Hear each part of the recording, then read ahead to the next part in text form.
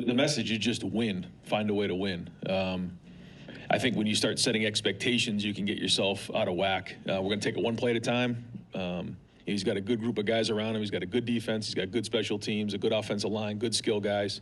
He needs to lean into those players and find a way to win the game. We'll try to get him into a rhythm and then go from there. And that's really it. It's a start. It's the first game, and we're excited for him. You're seeing him every day get more and more confident, more and more comfortable in what we're trying to do. But we got to get out in the field and play, and it's about time. Dan Holt, left Warrior. You guys made a decision yet on whether I think we're going to kind of leave that towards the end of the week, and we'll, let the week play out, let these guys compete. Certainly Phil will play a lot. Whether we rotate or not, we'll decide. But he's had a really good preseason, and he's ready to play.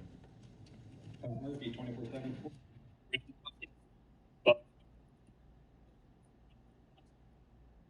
They recognize the importance of this game while also understanding the 12-team playoff, and both teams are still alive. You guys didn't have a non-conference game like this last year, so what are the conversations you guys have in the building about, hey, we want to win this, but also it doesn't end your season or put it in jeopardy if you don't? How do you handle that within the protocol? First off, I think it's great for college football playing a game like this opening weekend. And I have a tremendous amount of respect for Sark, for his coaching staff, for the players. And we're excited to play these guys. It's rare that you would, kind of play someone like this towards the end of the season and start the regular season with them. But here we are. And I think it's going to give us a great barometer coming out of the first game. But for us, as we've talked about before, the preparation starts really early because you got to be on point and we got to play a clean game. That's very, very important. And so, as you get closer and closer to the game, you just do everything you can to prepare the guys. I think when you look at our season, which is unique this year, one of your goals should be to win the opener. I mean, that's clear. We did that when we had Big Ten games to open the season, win the opener. And then you kind of go from there, which allows us an opportunity to focus on one game at a time. And then, once this game's over, we'll figure out what we did well, what we need to improve on. The issues will be there. They'll surface, and then we address them. So, it's an exciting time of year because now we get on the field and figure out where we're at, figure out where the guys are at, and go from there. But it's important that we play clean in game one. Tony Hertman, Buckeye. Script that Steve Sarkisian uses to start the game. What kind of problem does Matt Patricia, being new, pose to the building of the script? I don't know.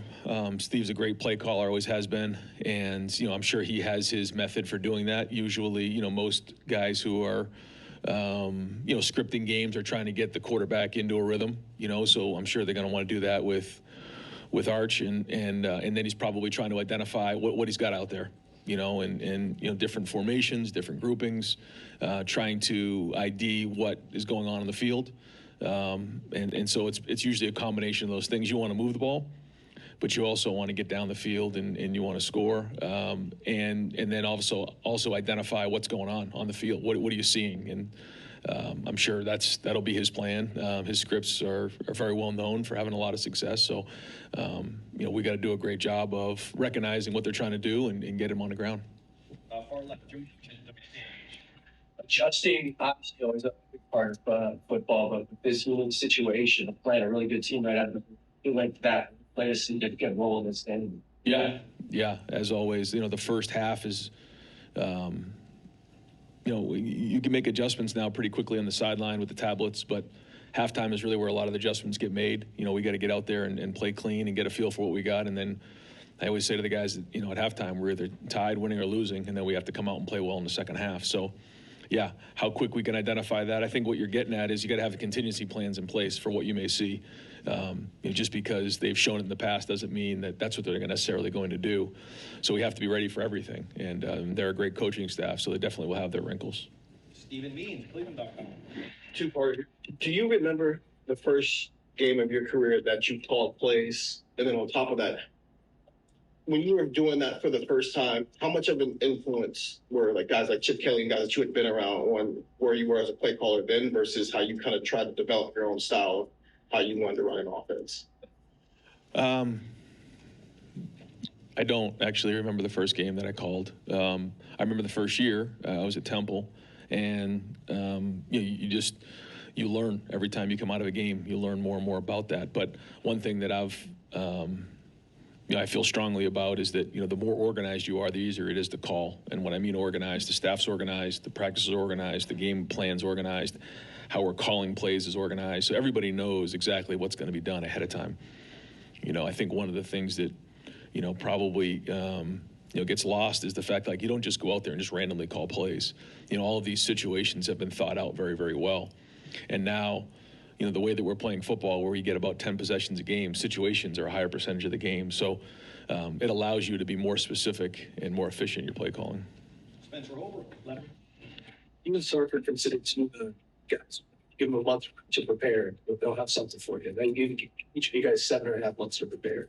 How do you make sure that you don't over-analyze what you want to accomplish and have a set goal of this is what we want to do in offense this game? I think it's a great point, because you can do that. You can find yourself going, whole many times during this process. I feel like during that run at the end, those 10 days was kind of a nice sweet spot for us. But we also had a body of work. This is a new group of guys. So just because it's a good play doesn't mean it's necessarily going to work, because, we have guys who are different than last year, just like they do. They have to replace people. So what you're trying to do is find something that you perceive is going to be a successful play against what you're going to see, but also that your guys can execute. And so that's where you go back and forth. And then, like we said, you may have to adjust along the way and making sure you have enough, because in game one, there's a lot of unknowns. So that's the balance that we try to find. But ultimately, it's the coach's job to make sure these guys can play fast, because that's it. We do have a fast team. They have a fast team. But, how well you coach them, how well you prepare them will allow them to play faster. And that's the key as a coach. We can't bog them down. Dave Biddle, 24/7 Sports. It was Bill. Now I remember. Thank you.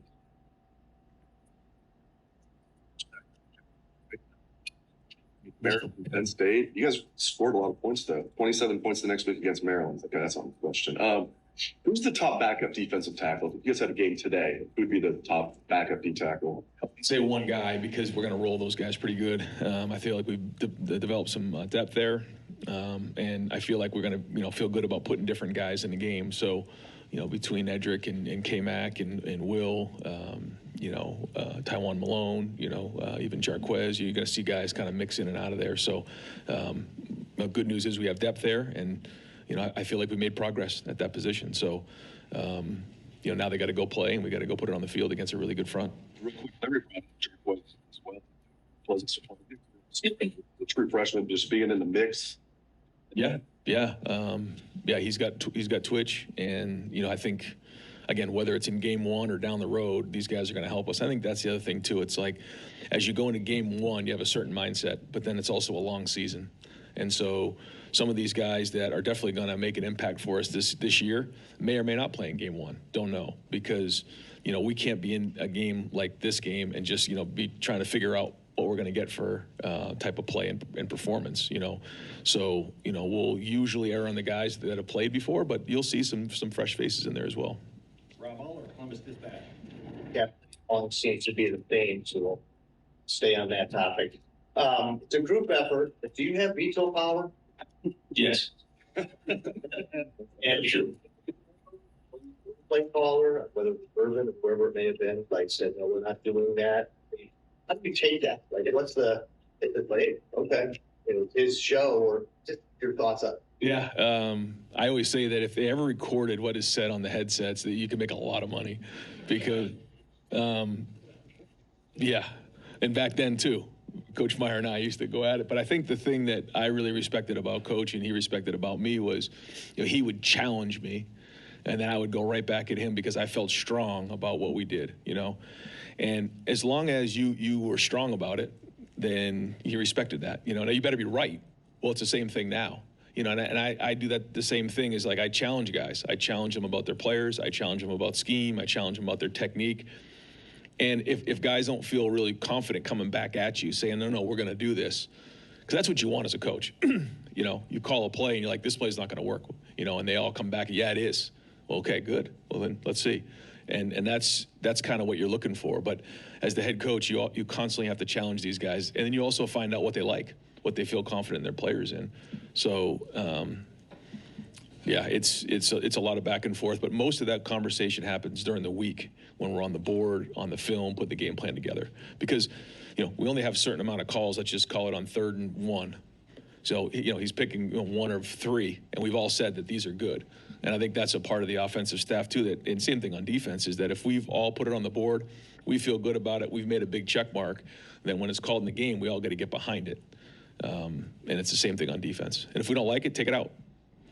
Real quick, Some personality in this team, folks who love to talk. I know in the process, but when it's a experience, because that's what we always talk about. Yeah. Is there a personality you're starting to see? Yeah, and I don't think it always shows until you get on the field and actually play games. But it's competitive, it's edgy. They like competing. They enjoy being with each other. I think now it's just a lot of these guys got to get on the field and play, and then we'll figure out what it is from there. When we have success, when we have setbacks, those types of things, as we work through that. But a lot of leadership has risen here, and that's a good thing.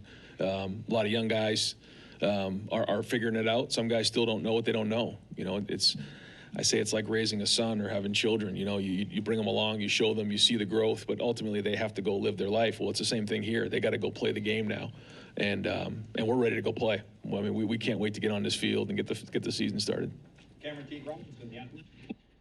And you lean on every quarterback that's and kind of even going back to you lean on previous experiences with first year quarterbacks that can help you build us here.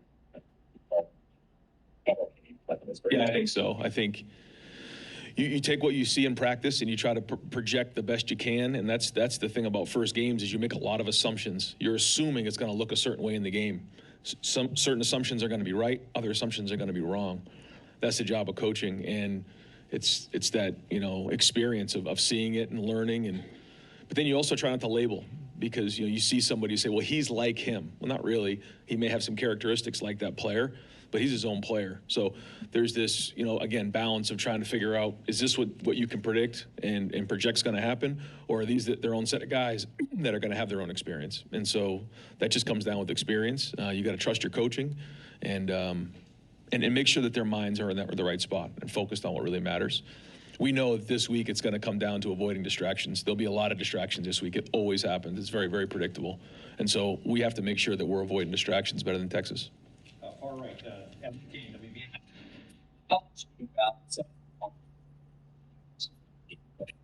And last week, but also week one, it's going to be funky. It's trying to get just play false, and at the same time, how you balance that, knowing that you're also playing Texas. Yeah, well, because when you are late in the season in your game 12 or 13, it's just very, very different. I mean, you've played games, you've worked through things. There's a rhythm. There's a Rolodex of plays. When you're into week one, guys are doing it for the first time, and so that's very, very different. But you also got to find plays that work against what you're going up against. So again, that's what we're looking for here, and those are all the decisions that are being made and have been made. I feel good about the game plan in all 3 phases, and got to go put it on the field now.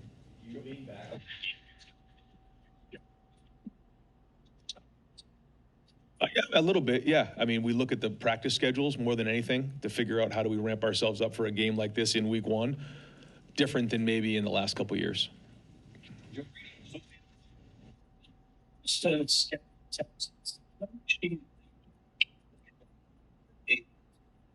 Maybe tendencies, both changed a lot, and Matt mentioned it briefly last week. How much does him facing Peyton and Eli maybe help him as far as scouting and getting a game plan together for Arch?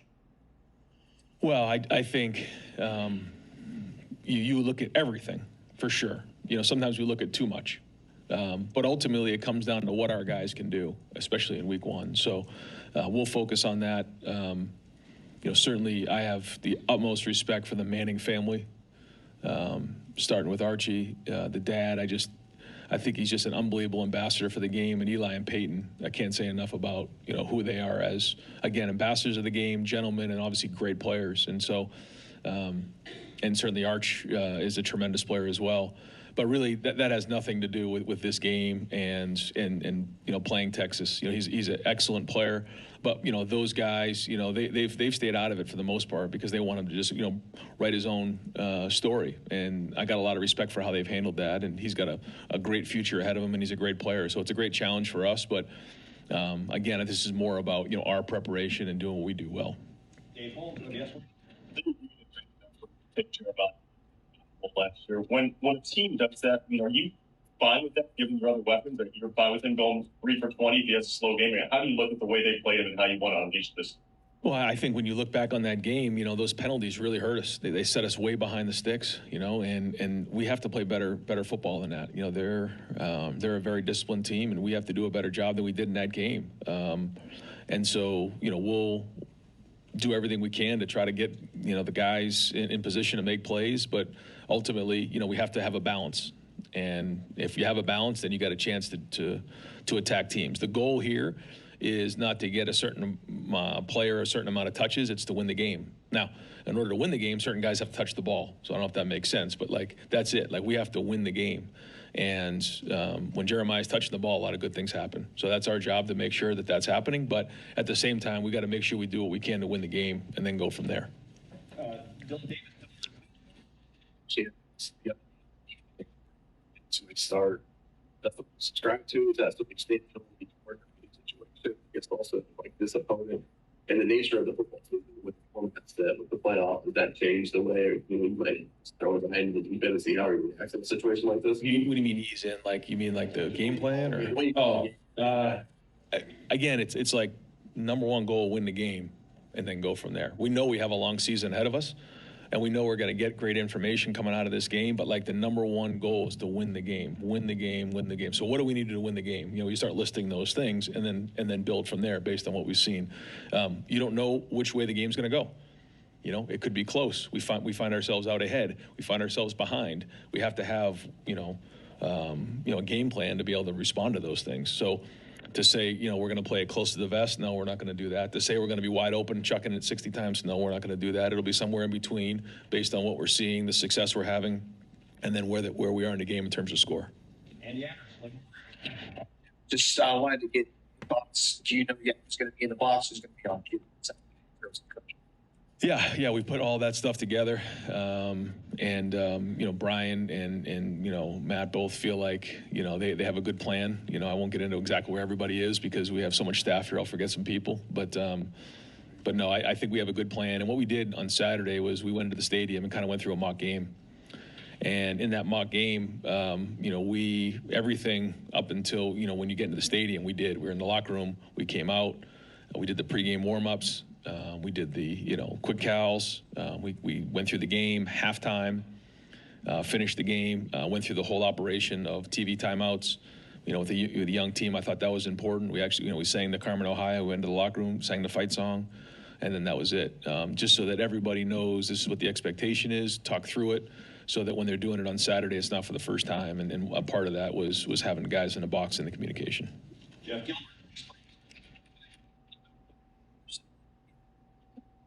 Yep. That where he can follow, you know, what's your expectation of him? I think for every quarterback, they have to find their own voice and lead. You know, we talk about how do you lead, and you've heard me say this before. It's about who you are as a person, your character. I think he has high character. His connection, I think he connects well. You know, he's found his voice, I believe, here in preseason. And then his competency is how well he's going to play in the game. And if you can do all of those things, you can lead. And, you know, we've challenged him to have command of that huddle, have command of the game plan, and then make great decisions. And obviously play well on third down, red zone in 2 minutes. So now it's time to go put it on the field. But you're definitely seeing a lot of changes with him and a lot of growth. Jake Trump, ESPN. Is that the first time? What kind of challenge does this first Manning pose on the field? Yeah, we've done mock games before. That was probably the most detailed, just because of the the inexperience of our team. One, and then two, just what's coming with this first game. And yeah, then with Arch, athletic, big strong arm, smart, quick release, accurate. All the above. I mean, he checks every box. Bill. Coaches say with good reason that the games will generally get decided in the trenches. It's an interesting matchup on both sides. Your offensive line against a very good defensive line, and your inexperienced defensive line. They have inexperience on their offensive line. It's kind of what's your take on those matchups? Well, we'll find out. Again, we're trying to project what those will look like, but we go off of what we see in practice every day, and guys are getting better. And today we'll have inside drill. Today we'll have some team, and making sure we have our good percentage of good on good, because we know if we don't stop the run the ball, we're not going to win the game. So that's been something that we've been working on all preseason, and we'll see. But guys have been working at it really hard, and they know how important it is to win up front, and that's not only in the run game; it's also in protection. James Watkins, Cleveland.com. Of course, that's show. What's it meant to the sport? Another great ambassador of the game, just somebody who's been positive and builds people up. And, he's somebody that I remember, just so many years of, putting on the mascot heads and just making, Saturdays so enjoyable for so many people. And not only as a coach, but as a broadcaster and what he's done, he's had a lot of impact on people. And I just feel like when it's all said and done, and now that his career, obviously coaching, but now as a broadcaster, is ending, you look back on the impact that you made, and he certainly made a major impact on a lot of people. And I just remember all the different times, not only when I've been the head coach at Ohio State, but before then of putting on the Brutus head and what came with that. And so for him to be here for his last mascot game in his last year means a lot to all of us, and we thank him for everything he's done. He's made a lot of impact on a lot of people, and I appreciate him. Bill Landis. Right, you mentioned having a young team a couple of times. I think this is right that there's no one left from the 21 class. You have no fifth-year guys you recruited out of high school. There's only a handful of fourth-year guys still you recruit out of high school. But have this robust third-year class that's given you a couple of captains. What do you make of that group? What kind of energy does that third-year player group bring to this team, and what do you think of their ability to kind of lead you guys? It just feels like you're going to be kind of junior driven this year. Yeah. No, we're young. We've said that before. We are young, but we're also mature in certain areas. There's other areas we got to grow up. But when you see guys like Caleb Downs and Sonny Styles and Brandon Innes, Austin Sayervelt, I mean, these are grown men, and they've been through it before. So they know what the standard is. They know what it's supposed to look like here. They know what it means to be a Buckeye. And so, they're the ones that are leading the way on this.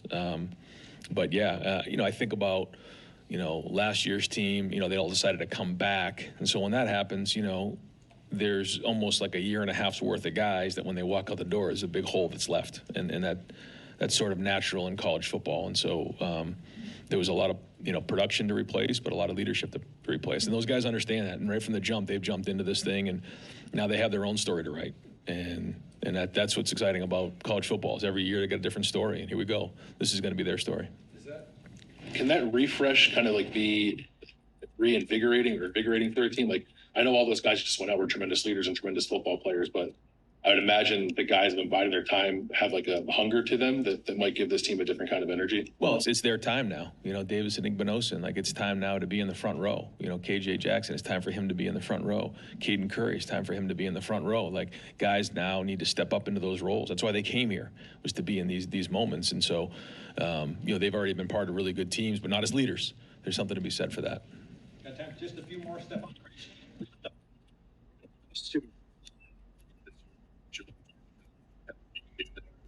Yesterday, Stark was talking about Julian, mentioned his athleticism, his mobility as well.